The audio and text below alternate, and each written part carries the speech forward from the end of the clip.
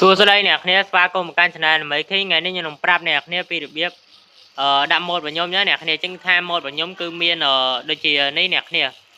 នឹងគឺជាម៉ូតបាទមានច្រើនមែនតើហើយអ្នកគ្នាយកទៅដាក់បានហ្នឹងហើយនិយាយទៅ smooth មែនតើនេះហ្នឹងហើយអ្នកគ្នាដាក់ shadow បានដែរអ្នកគ្នាបាទនិយាយទៅម៉ូតហ្នឹងឲ្យកលិចមួយ shadow ទេអ្នកគ្នាដាក់ shadow បានហើយហ្នឹងហើយអ្នកគ្នាគឺថាម៉ូតប៉ុណ្ណឹងគឺខ្ញុំធ្លាប់តម្លាក់មកហើយយ៉ាអ្នកគ្នាចឹងកុំភ្លេចចុច subscribe and like ម្នាក់មួយផងឥឡូវខ្ញុំធ្វើការចូលទៅកាន់map A បាទmap B ច្រឡំហ្នឹងហើយឥឡូវចូលទៅ map B បាទឥ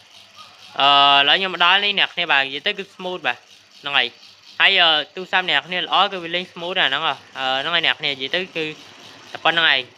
អ្នកគ្នាអាចធ្វើការលេង survival តាមអ្វីដែលអ្នកគ្នាចង់លេងហ្នឹងណាព្រោះវា smooth ចឹងទៅហើយអ្នកគ្នាអាចធ្វើការយក mode ខ្ញុំបានបាទ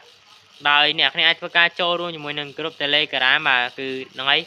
ចឹងខ្ញុំបានធ្វើវីដេអូចឹងវិញអ្នកគ្នាបាទចឹងអ្នកគ្នាកុំភ្លេចចុច subscribe ខ្ញុំណាផងហ្នឹងហើយមួយទៀតអ្នកគ្នាបាទ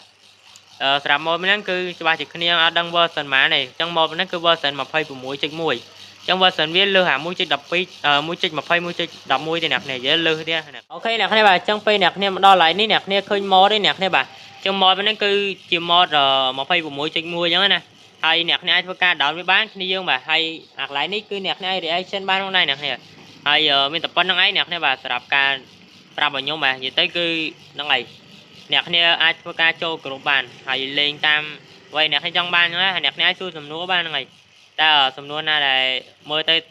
ដែរពេកគឺខ្ញុំអត់ឆ្លើយទេហ្នឹងហើយវីដេអូមានប៉ុណ្្នឹងទេកុំភ្លេចចុច like និង subscribe ខ្ញុំផង